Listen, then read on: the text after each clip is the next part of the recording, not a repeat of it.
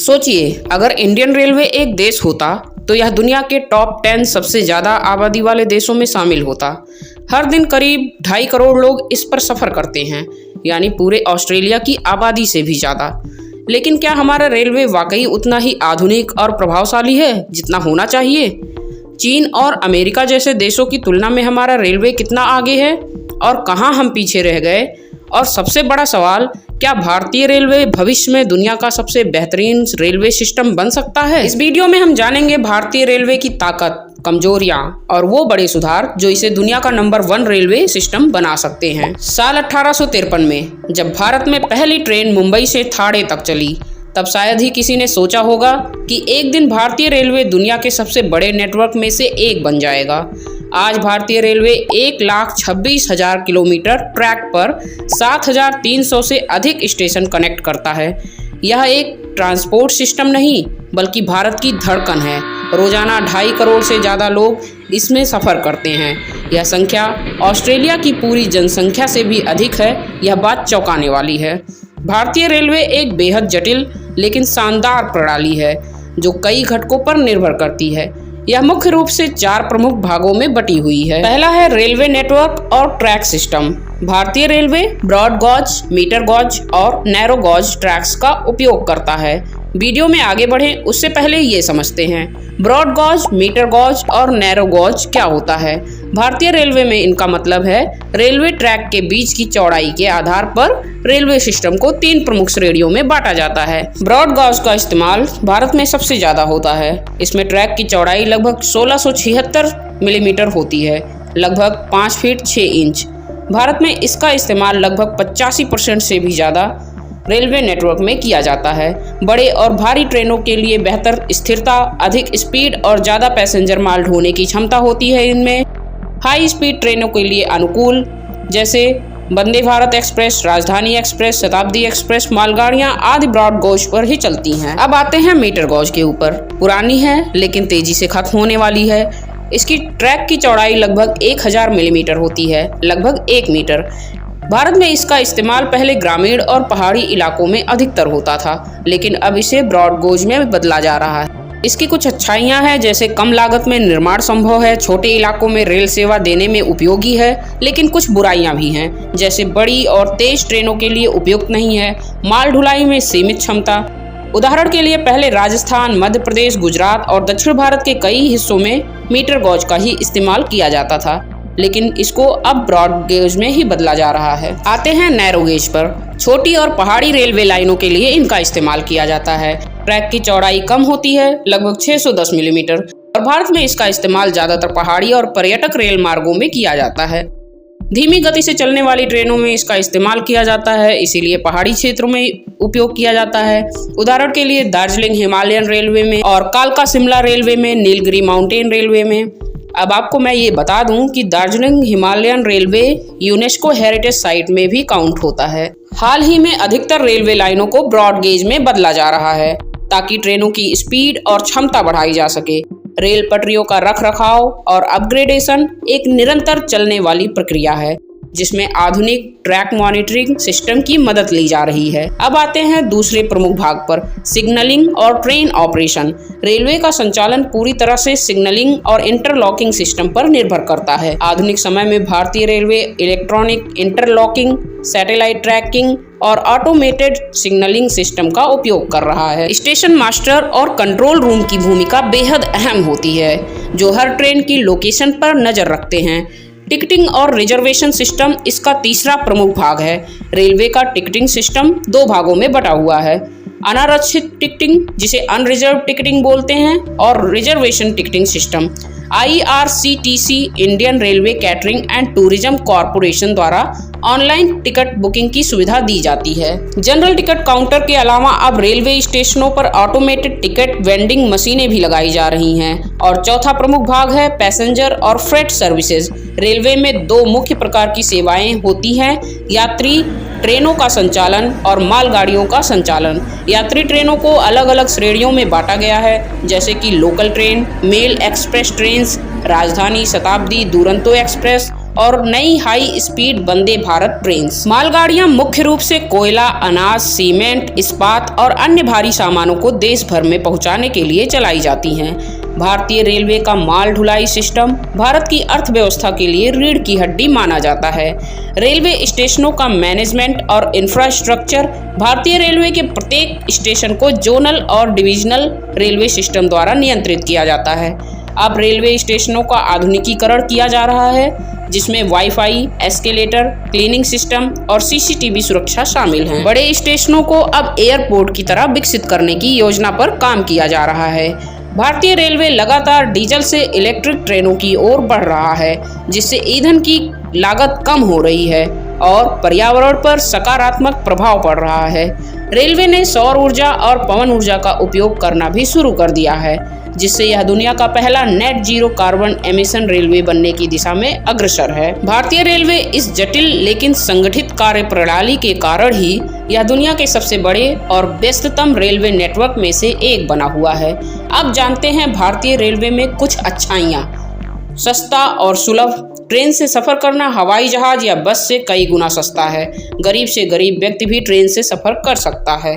दुनिया का चौथा सबसे बड़ा रेलवे नेटवर्क। सिर्फ अमेरिका, चीन और रूस का नेटवर्क इससे बड़ा है। Eco friendly transport. रेलवे से सफ़र करने पर कार या हवाई जहाज के मुकाबले कम कार्बन उत्सर्जन होता है। रेलवे ने कई ट्रेनों में सौर ऊर्जा और इलेक्ट्रिक लोकोमोटिव्स का उपयोग करना शुरू कर दिया है। डिजिटलीकरण और आधुनिक सुविधाएं। IRCTC वेबसाइट और ऐप से online ticket booking, live train status जैसी सुविधाएं। कई स्टेशनों पर wifi, automated ticket vending machine और हाई स्पीड कॉरिडोर बनाए जा रहे हैं। व्यापक रोजगार स्रोत। भारतीय रेलवे दुनिया के सबसे बड़े नियोक्ताओं में से एक है, जिसमें 12 लाख से अधिक कर्मचारी कार्यरत हैं। ट्रेन से टूरिज्म को बढ़ावा। भारत गौरव ट्रेन और रामायण सर्किट ट्रेन जैसी विशेष ट्रेनों से भारत के ऐतिहासिक और धार्मिक स्थलों तक पहुंचना आसान हुआ है। आपदा राहत में मददगार। प्राकृतिक आपदाओं के समय रेलवे राहत सामग्री और बचाव दल पहुंचाने में महत्वपूर्ण भूमिका निभाता है। भारतीय रेलवे, जो देश की जीवन रेखा है, प्रतिदिन लाखों यात्रियों को उनकी मंजिल तक पहुंचाती है। लेकिन इस विशाल नेटवर्क में कुछ चुनौतियां और कमियां भी हैं, जो हमारे ध्यान की मांग करती हैं। आइए एक नज़र डालते हैं इन कमियों पर, विशेष रूप से सुरक्षा से संबंधित मुद्दों पर।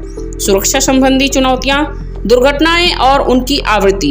पिछले 5 वर्षों में भारतीय रेलवे में हर साल औसतन 40 से अधिक गंभीर दुर्घटनाएं हुई हैं। बिजनेस स्टैंडर्ड की माने तो यह संख्या 2000 से 2001 में 470 से अधिक थी, लेकिन वर्तमान आंकड़े अभी भी चिंताजनक हैं। पटरी से उतरने की घटनाएं भी बहुत ज्यादा बढ़ गई हैं। दुर्घटनाओं में सबसे अधिक घटनाएं ट्रेनों के पटरी से उतरने के कारण होती हैं। उदाहरण के लिए 2018-19 में हुई 59 दुर्घटनाओं में से 46 डीरेलमेंट के कारण हुई, और ये भी बिजनेस स्टैंडर्ड की रिपोर्ट के जरिए ही बताया गया है। हाल के वर्षों में टक्कर की घटनाएं भी बढ़ी हैं, जो सुरक्षा के लिए गंभीर चिंता का विषय है।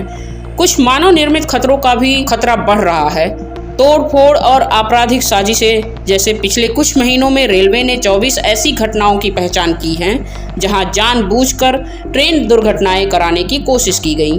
इनमें रेलवे ट्रैक पर पत्थर, लकड़ी, गैस सिलेंडर जैसी वस्तुओं को रखना, सिग्नल खराब करना और ट्रेन पर पथराव जैसी घटनाएं शामिल हैं, और इसकी रिपोर्ट हमें gviz.com के जरिए प्राप्त होती है। आतंकवादी खतरों की आशंका भी है। कुछ मामलों में सुरक्षा एजेंसियों ने पाकिस्तानी आतंकवादी संगठनों द्वारा भारतीय रेलवे को निशाना बनाने की साजिशों का भी खुलासा किया है। कुछ तकनीकी और रखरखाव संबंधी कमियां भी सामने आती हैं, जैसे पुराने इंफ्रास्ट्रक्चर का उपयोग। कई रेलवे ट्रैक और पुल अभी भी ब्रिटिश काल के हैं, जिन्हें उन्नत करने की आवश्यकता है। इनकी समय पर मरम्मत और रखरखाव न होने से दुर्घटनाओं का खतरा बढ़ता है। कुछ तकनीकी खामियां हैं। जनसत्ता.com के एक रिपोर्ट के माध्यम से हमें पता चला कि हाल ही में राजस्थान के चित्तौड़गढ़ में एक DMU ट्रेन की कपलिंग टूटने से इंजन डिब्बों से अलग हो गया, जिससे एक बड़ा हादसा टल गया। इस घटना ने तकनीकी खामियों और रखरखाव की कमी को उजागर किया। कुछ हादसे जागरूकता की कमी और आपातकालीन प्रतिक्रिया के कारण भी हो जाते हैं।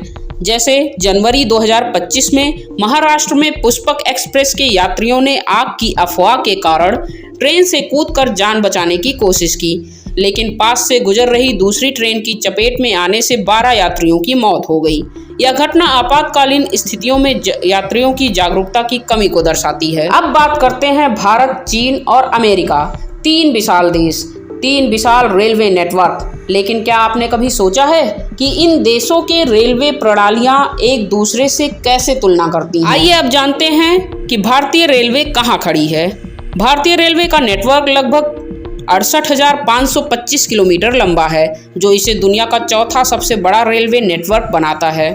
चीन का रेलवे नेटवर्क लगभग 1,55,000 किलोमीटर लंबा है, जो भारत से दुगने से भी अधिक है। और वहीं अमेरिका का रेलवे नेटवर्क भी विशाल है, लेकिन सटीक आंकड़े उपलब्ध नहीं है। भारत में हाई स्पीड रेल की शुरुआत हो रही है, लेकिन अभी तक कोई व्यापक नेटवर्क स्थापित नहीं हो पाया है। चीन के पास 42,000 किलोमीटर लंबा हाई स्पीड रेलवे नेटवर्क है, जो दुनिया में सबसे बड़ा है। अमेरिका में हाई स्पीड रेल नेटवर्क सीमित है और इस क्षेत्र में विकास की संभावनाएं हैं। भारत का मेट्रो रेल नेटवर्क अब 1,000 किलोमीटर तक पहुंच गया है, जो इसे चीन और अमेरिका के बाद दुनिया का तीसरा सबसे बड़ा मेट्रो नेटवर्क बनाता है। चीन का मेट्रो नेटवर्क सबसे बड़ा है, लेकिन सटीक आंकड़े उपलब्ध नहीं हैं। अमेरिका का मेट्रो नेटवर्क भी विशाल है, लेकिन सटीक आंकड़े उपलब्ध नहीं हैं। भारत में रेलवे विद्युतीकरण की प्रक्रिया जारी है, लेकिन अभी भी कई मार्ग डीजल इंजनों पर निर्भर करते हैं। चीन ने अपने रेलवे नेटवर्क का लगभग 80,000 किलोमीटर इलेक्ट्रोलाइज कर दिया है। अमेरिका भी चीन की तुलना में अभी भी कम है, लेकिन चीन सबसे आगे है। वर्तमान स्थिति अगर देखें तो वर्ष 1951 में माल परिवहन में रेलवे की हिस्सेदारी 85% थी, जो 2022 में घटकर 30% से भी कम हो गई है। राष्ट्रीय रेल योजना 2030 के तहत माल परिवहन में रेलवे की हिस्सेदारी को 45% तक बढ़ाना है, जिससे वार्षिक माल लदान 3600 मिलियन टन तक पहुंच सके। भारतीय रेलवे ने आधुनिकीकरण परियोजनाओं पर $22 बिलियन से भी अधिक खर्च किया है, जिसमें क्षमता विस्तार, तेज और सुरक्षित यात्रा सुनिश्चित करने के प्रयास शामिल हैं।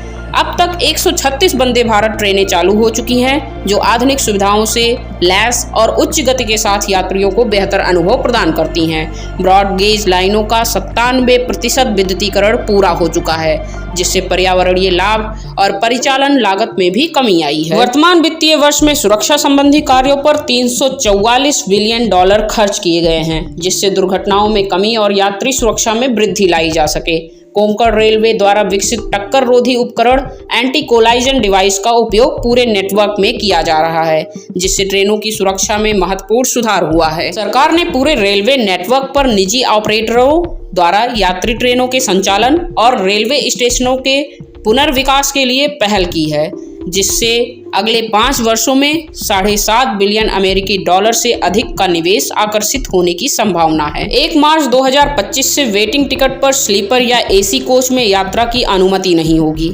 जिससे बुकिंग प्रक्रिया अधिक कुशल होगी और टिकट कंफर्मेशन की संभावना बढ़ेगी।